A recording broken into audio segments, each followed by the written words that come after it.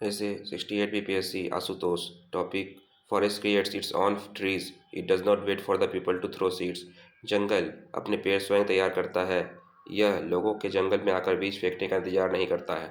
Start: उठो जागो और जब तक मत रुको जब तक अपने लक्ष्य को प्राप्त न कर लो। स्वामी विवेकानंद द्वारा कहा गया यह कथन मनुष्य को यह प्रेरणा देती है कि अपने प्रयासों से अपने लक्ष्य को प्राप्त करने तक रुकना नहीं चाहिए और न ही किसी अन्य की सहायता अथवा उपयुक्त समय का इंतजार करना चाहिए, बल्कि लगातार परिश्रम के माध्यम से अपने लक्ष्य को प्राप्त करना चाहिए। वस्तुतः प्रत्येक व्यक्ति के जीवन में ऐसा समय आता है जब उसे लगता है कि परिस्थिति हमारे अनुकूल नहीं है तथा हमें किसी की मदद की जरूरत है, लेकिन उस समय मदद न मिल पाने पर वह निराशा के दौर में चला जाता है। क्या यही मनुष्यता है?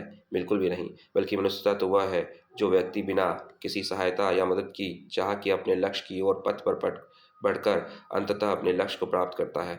इतिहास में असंख्य ऐसे उदाहरण मौजूद हैं जब व्यक्तियों ने अपने प्रयत्न द्वारा ऐसे कारनामे किए हैं जो इतिहास की अमर घटना हो गई है। हमारे अखंड भारत के निर्माता कहे जाने वाले आचार्य चाणक्य के उदाहरण को लिया जा सकता है।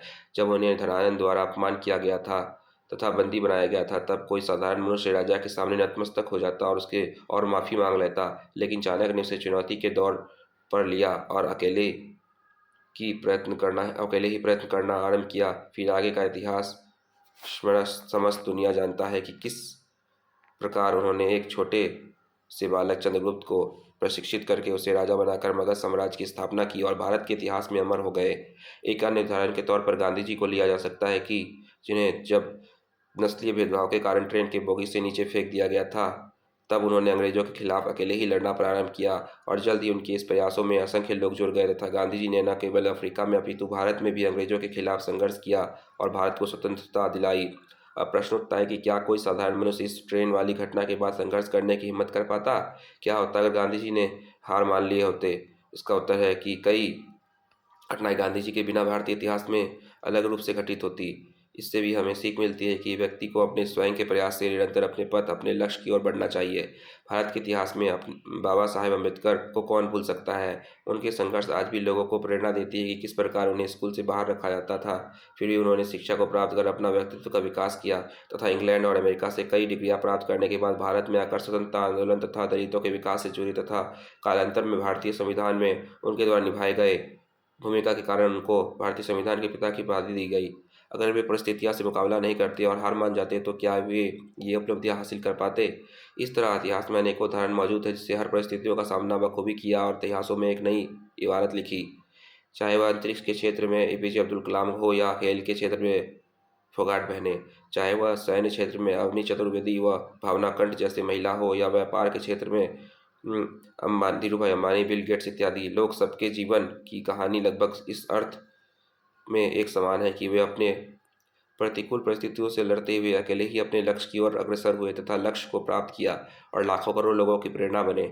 इस तरह इतिहास में ऐसे लोगों की संख्या कहीं अधिक है जो हमेशा परिस्थितियों के अनुकूल होने का इंतजार करते रहे, अपने असफल होने के लाखों बहाने बनाए, अपनी गलती को स्वीकार न किया। वे लोग आज के इतिहास में गुम है, उन्हें कोई जानता तक नहीं और वे पृथ्वी पर बोझ की तरह है। हमारे कई दार्शनिकों, विचारकों, विद्वानों, धर्मगुरुओं इत्यादि ने बार बार यही दोहराया है कि किसी का इंतजार मत करो, अपना कार्य स्वयं करो, एक न एक दिन अवश्य सफल होगे। गीता में भी कहा गया है कि कर्म करो, फल की चिंता मत करो। कई बार लंबे समय तक सफलता नहीं मिलती है तो लोगों का हिम्मत टूटने लगता है, वे कार्य छोड़ने लगते हैं। उनके लिए कहा गया है, धीरे धीरे रे मना, धीरे सब कुछ होए, माली सींचे सौ घड़ा, ऋतु आए फल होए। यह स्पष्ट है कि व्यक्ति को मेहनत कभी व्यर्थ नहीं जाता, वह सफल जरूर होता है। चाहे कोई भी काम कितना भी कठिन क्यों ना हो, व्यक्ति को अपने प्रयास द्वारा उसके होने की बजाय उसे करने का प्रयास करना चाहिए। वो उसे जरूर कर लेगा और इतिहास में अपना नाम जरूर दर्ज कर लेगा। इसी को दुष्यंत कुमार लिखते हैं, कैसे आकाश में सुरख नहीं हो सकता, एक पत्थर तो तबीयत से उछालो यारो। कितना मार्क्स मिला है? 53। नेक्स्ट ऐसे, education seeking change after Covid के बाद बदलाव मांगती शिक्षा जीवन जीने की कला नहीं बल्कि स्वयं में एक जीवन है। एक प्रसिद्ध विद्वान का उपयोग कथन शिक्षा के महत्व को उजागर करते हुए यह बताती है कि शिक्षा का व्यक्ति के जीवन तथा समाज के विकास में कितना योगदान है। हमारे समाज में प्राचीन काल से ही शिक्षा का व्यापक महत्व रहा है तथा शिक्षा के कारण ही विद्वान तथा साधु संत पूजे जाते हैं। प्राचीन काल में कई सारे विद्वान थे जो आज भी स्मरणीय हैं, जैसे कालिदास, आर्यभट्ट, पाणिनि, भास्कराचार्य इत्यादि। हमारे देश में शिक्षा का विकास कई उतार चढ़ाव के दौर से गुजरा है। मध्यकाल में शिक्षा के क्षेत्र में थोड़ा ह्रास भी हुआ। फिर आधुनिक काल में जब पश्चिमी देशों से संपर्क स्थापित हुआ तो वह समय हमारे शिक्षा के विकास के लिए परिवर्तनकारी सिद्ध हुआ। भारत में अंग्रेजों के नेतृत्व में शिक्षा के विकास शुरू हुआ। उसके बाद जब भारत आज़ाद हुआ तो शिक्षा के क्षेत्र में व्यापक प्रगति हुई। इन्हीं शिक्षा के कारण भारत में एक से बढ़कर एक विद्वान हुए तथा तकनीकी क्षेत्रों, डॉक्टर, इंजीनियर इत्यादि में तो हमारा वर्चस्व समस्त दुनिया में चलता है।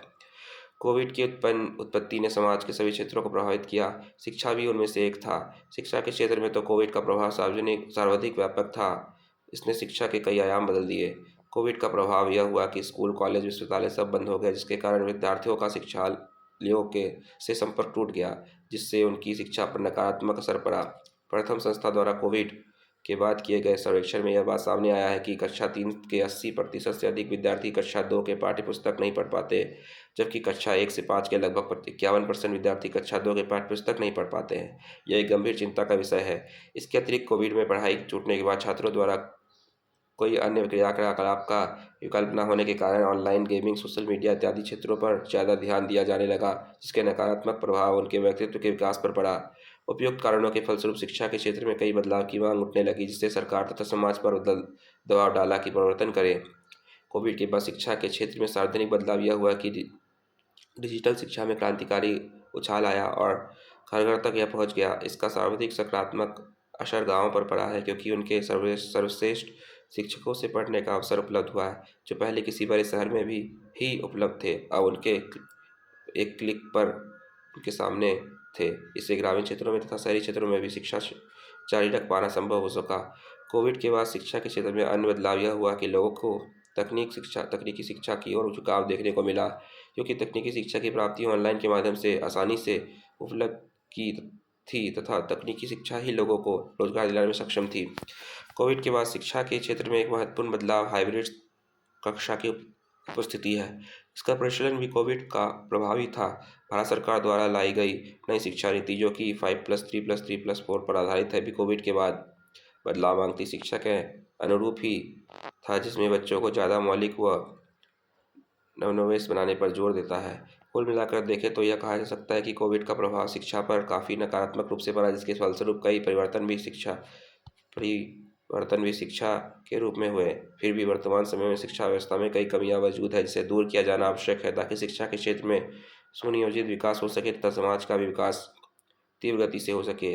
वर्तमान समय में सरकार तथा विभिन्न सामाजिक संगठन द्वारा शिक्षा के क्षेत्र में व्यापक कार्य किए जा रहे हैं, जिससे कि उम्मीद जगी है कि पुनः भारत अपनी समस्याओं को समाप्त कर शिक्षा के क्षेत्र में व्यापक विकास कर सकेगा और पुनः विश्व गुरु बनने की ओर अग्रसर होगा। बाबा साहब ने कहा था कि शिक्षा वह शेरनी का दूध है, जो जितना पिएगा वो उतना दहाड़ेगा। वर्तमान समय में शिक्षा में हुई प्रगति को देखते हुए कहा जा सकता है कि वह समय आ गया है जब पूरा भारत दहाड़ेगा और हम शिक्षित भारत, विकसित भारत के उद्देश्य को प्राप्त कर सकेंगे। मार्क्स 50। नेक्स्ट टॉपिक, धर्म के बिना विज्ञान अंगर छे, विज्ञान के बिना धर्म अनहर छे। हम धार्मिक है या वैज्ञानिक? क्या हम धार्मिक और वैज्ञानिक हैं? क्या हम दोनों हो सकते हैं? इस तरह के कई प्रश्न हमारे मस्तिष्क में उत्पन्न होते रहते हैं। सामान्य विचार यह है कि जो व्यक्ति धार्मिक होगा वह वैज्ञानिक नहीं होगा तथा जो वैज्ञानिक होगा वह धार्मिक नहीं हो सकेगा। परंतु अच्छी तरह से अवलोकन करने पर यह स्पष्ट हो जाता है कि धर्म और विज्ञान एक दूसरे के विरोधी नहीं है, बल्कि परस्पर पूरक है। जहाँ विज्ञान को कठिनाई उत्पन्न होती है वहाँ धर्म उसको रास्ता दिखाता है, तथा जहाँ धर्म अपने ऊपर अंधविश्वास तत्वों को हावी कर लेता है वहाँ विज्ञान उसे खंडन कर देता है तथा धर्म के सुधार में मदद करता है। यह कहावत धर्म के बिना विज्ञान अंगर छे के संदर्भ में अनेक उदाहरण उपलब्ध है जो इस कथन की पुष्टि करते हैं। यह सच है कि विज्ञान के विकास ने मनुष्य के भौतिक जीवन में व्यापक उन्नयन किया है, लेकिन इसके कारण पर्यावरण को गंभीर क्षति भी पहुंची है, जो कि वैज्ञानिक विकास का एक दुष्परिणाम है। जबकि धर्म ने आरंभ से ही पर्यावरण संरक्षण पर जोर दिया है, वर्तमान में इसकी प्रासंगिकता और बढ़ गई है, जो विज्ञान को नैतिक दिशा प्रदान कर रही है।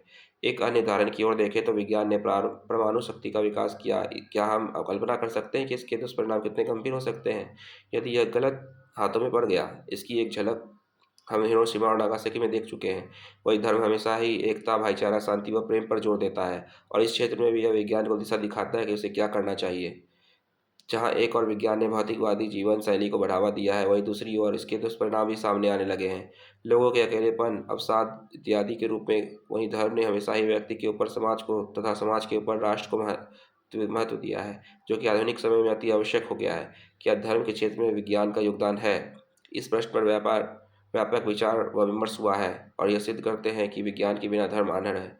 उदाहरणस्वरूप कई ऐसे विचारधाराएं थी जिसको धर्म का समर्थन प्राप्त था, जबकि विज्ञान ने इसका खंडन किया है। जैसे आरंभ में मान्यता थी पृथ्वी ब्रह्मांड के केंद्र में है, जबकि विज्ञान ने सिद्ध किया कि यह गलत है। एक अन्य उदाहरण के तौर पर देखें तो धर्म में कई अंधविश्वास, जादू टोना, भूत प्रेत संबंधी नकारात्मक तत्व समाहित हो गए थे, जो धर्म को प्रतिकूल रूप से प्रभावित कर रहे थे। परंतु आधुनिक समय में वैज्ञानिक तथ्यों द्वारा इस सिद्धांत व तत्वों का खंडन किया गया तथा धर्म को इन कुरीतियों से मुक्त कराने का प्रयास किया गया। धर्म के द्वारा हमेशा ही महिलाओं को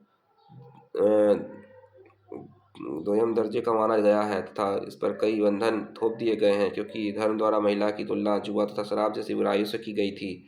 परंतु आधुनिक समय में विज्ञान के सिद्धांत ने यह सिद्ध किया है कि महिला किसी भी क्षेत्र में पुरुषों से कम नहीं है, बल्कि दोनों का ही उत्पत्ति अविवाह से हुई है, अतएव उन्हें भी बराबरी का हक मिलना चाहिए। विज्ञान के इन विचारों को तो धर्म द्वारा भी स्वीकृति प्राप्त होने लगी है। दूसरी तरफ धर्म के क्षेत्र में अन्य कई रूढ़िवादी विचार, जैसे कि सती प्रथा, बाल विवाह, विधवा विवाह न होना इत्यादि कई रूढ़िवादी विचार प्रचलित था, जिन्हें विज्ञान द्वारा तर्कों एवं तथ्यों के माध्यम से सिद्ध किया गया है कि क्या यह सही नहीं है और इस समाज को इन प्रथाओं से मुक्ति दिलाई गई। स्वास्थ्य के क्षेत्र में भी कई कुरीतियां प्रचलित थी, जैसे हैजे के फैलने को माता का प्रकोप माना जाता था। इसी प्रकार चेचक होने पर भी उसे दैवीय प्रकोप ही माना जाता था, जिसके कारण समाज के बड़ी आबादी इसी अंधविश्वास के चलते काल के गाल में समा गए। वर्तमान में विज्ञान के द्वारा इन बीमारियों का कारण पता लगाया गया तथा इनका इलाज भी उपलब्ध कराया गया। इसका प्रकार देखा जा सकता है कि विज्ञान के द्वारा इन कुरीतियों से धर्म व समाज को मुक्ति दिलाई गई। इस प्रकार कहा जा सकता है कि जब जब विज्ञान गलत रास्ते पर चला है, तब तब धर्म ने उसे सही रास्ता दिखाया तथा जब जब धर्म में रूढ़िवादिता व कुरीतियाँ प्रवेश हुई है, तब तब विज्ञान के द्वारा उनका खंडन कर एक नई राह दिखाया गया है। वर्तमान समय में देखें तो कई ऐसे क्षेत्र हैं जहाँ धर्म व विज्ञान मिलकर कार्य कर रहे हैं, चाहे वह योग का विकास हो या क्वांटम थ्योरी, जो कि शंकराचार्य के अद्वैत दर्शन से कुछ समानता रखता है, इत्यादि कई क्षेत्र में पूरक के रूप में कार्य कर रहे हैं। वर्तमान समय में जब कृत्रिम बुद्धिमत्ता जैसे तकनीकों का विकास किया जा रहा है, जो कि मानव के विनाश का कारण भी हो सकता है, तब यह और आवश्यक हो जाता है कि इनमें धर्म के नैतिक सिद्धांत का इस्तेमाल किया जाए, जिससे कि मानव सभ्यता व संस्कृति के विकास के साथ साथ समस्त विश्व का कल्याण हो सके। इस अर्थ में स्पष्ट है कि विज्ञान व धर्म परस्पर सहायक है तथा हमारे समाज के लिए अत्यंत आवश्यक है। मार्क्स 55। Thank you.